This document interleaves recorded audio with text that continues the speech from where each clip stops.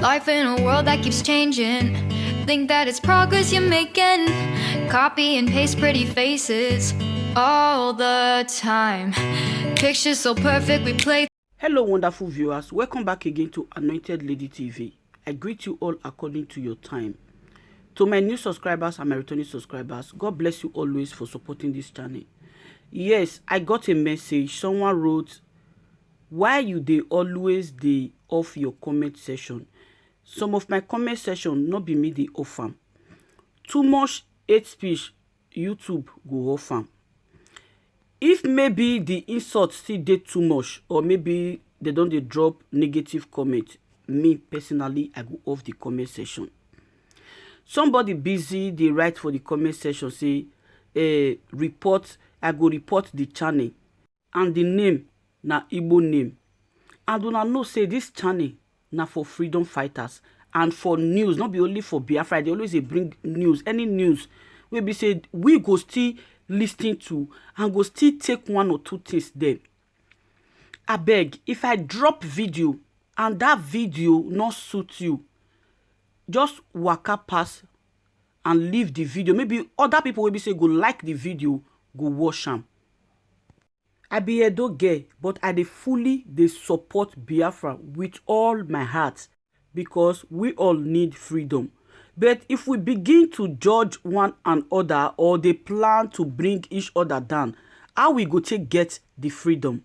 Make it not be say I don't dey talk too much. Make we stop that attitude. I beg. I love you all. Let's watch this video below. Watch to the end, because na 2-in-1 video.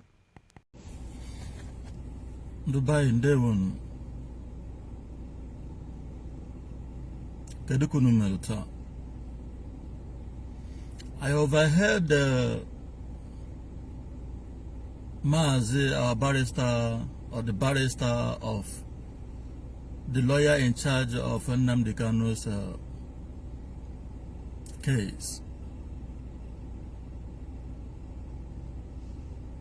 He was saying international community should hear him, international community should serve him, international community should take note. I don't really see anything the international community is going to do for us. International community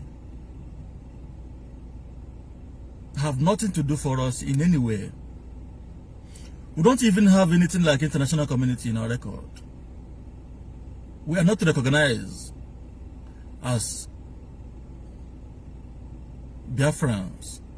We are not recognized as Africans. International communities are for the white people. This is where one person will die. You will see international community speak up. You will see the news media of the whole world, they will carry it. But in Africa, in Nigeria, in Biafra land,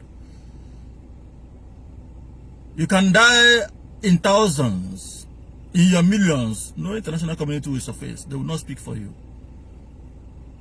because they said you are not a priority. What am I saying in essence? What international community understand is for you to take action. And as soon as you take action that will affect their investment, which is Nigeria, you see them speak up. You see them coming between you and Nigeria. But for now, their business is running smoothly and simultaneously.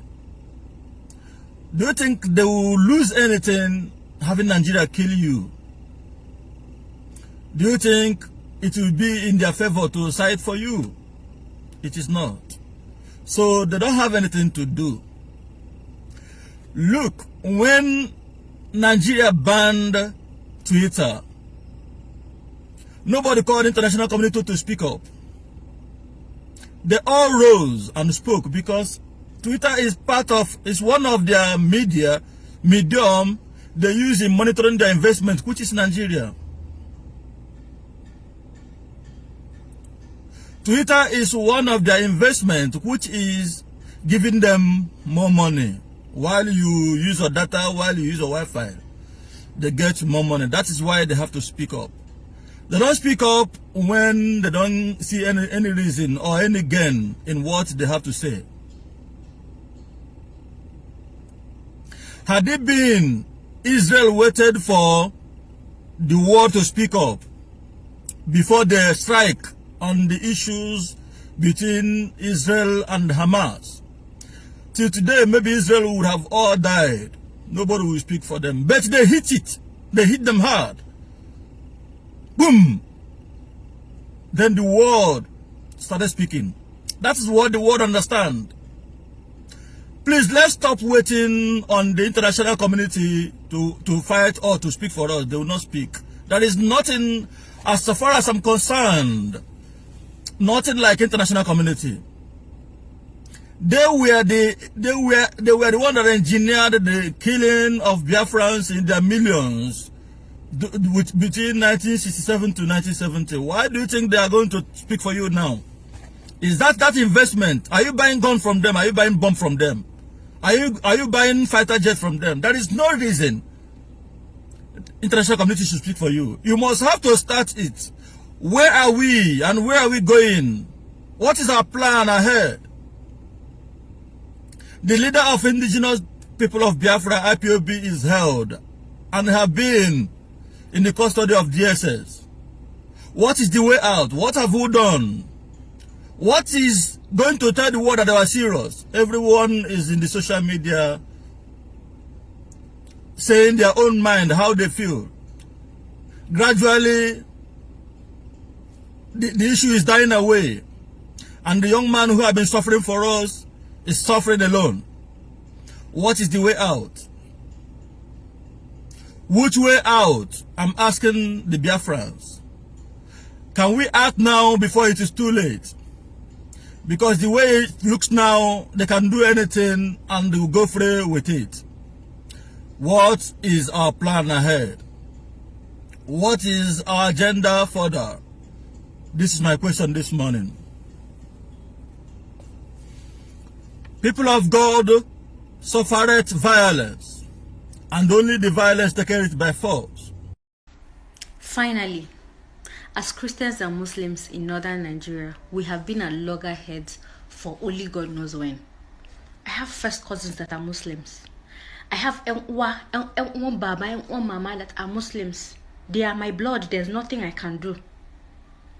For how long are we going to be at each other's throats, killing ourselves, and these people just sit down and, divide and conquer rule is what they have been using for the longest of time, keeping Almajiri as, these people, if anything happens, let's mobilize them to fight.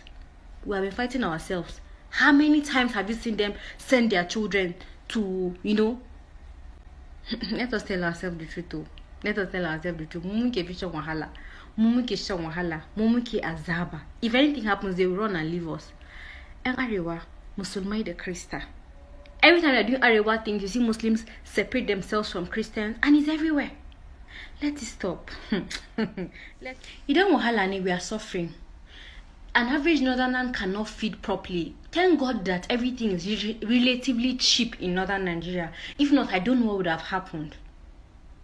Aside food, what else do we have? But we are the ones owning oil wells. We are the ones. See, one thing I want Arewa to understand is all these people that you think got our back, if anything happens, they have dual citizenship. That's good. If they leave, we are doomed. If this country splits, wallahi Mozambique wahala. Because when it comes to education, we are not educated. We are backwards in every standard. But we have been holding power for the longest of time. So why are we backwards? Some people have placed us that way. And we need to question authority right now. Because in Abiyabache, Mozambique wahala. How many good hospitals can you boast of in northern Nigeria aside Dala Orthopedic Hospital and that eye center being an ear center in Kaduna? How many investments, how many investors do we see coming to invest in northern Nigeria? Let us be honest. How many developments comes to north aside the bridges that these people are building for us? Like, what do we have to boast about in northern Nigeria? As per Koma Mene, we have something. We have nothing. Say go ne kimu, yezuma ba mazongo na ana kashe munjigo na, so we don't go there anymore. They amass wealth for themselves, give themselves good lives, and we, the little that we have, no, you as a Muslim fight against that Christian, you are not together. Zamada kazabaya hanayanka. That's our problem. I'm a Christian and I know what I see. I'm from Adamawa State. Gabadabaya. I have seen my people suffer. If I have an opportunity, let us show them the true reality, than Allah. In the whole of Nigeria, nobody is suffering like the North. These people are just there, collecting money for security, and security is deteriorating every day, and it's business as usual, and they are bringing in new policies that is not bringing any good results. Now, an average northerner is one paying for ransom, is one securing everything that he needs to do. But no, we still have billions of naira being sent to Maiduguri, to Katsina, to wherever. We are the ones that everywhere you go, if they see you as a northerner, they just raise nose and say, you people are the problems of this country. But is that so?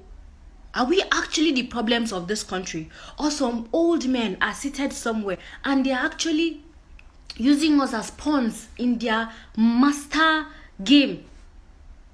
No, let's be honest. Let's ask ourselves honest questions. Assalamu alaikum, Ariwa. Every Nigerian thinks Ariwa are the problem of this country.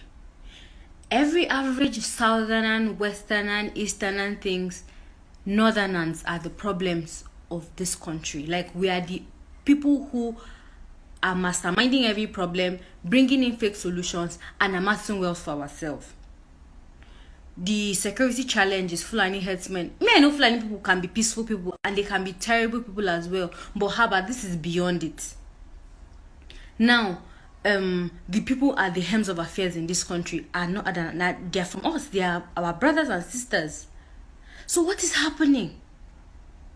Let us defend ourselves, please. Let us change this narrative, because it's not funny. Everywhere you turn, they say, it's the North, it's the North, it's the North. And of a truth, they have facts. But that's not the reality we want them to see. Let us show them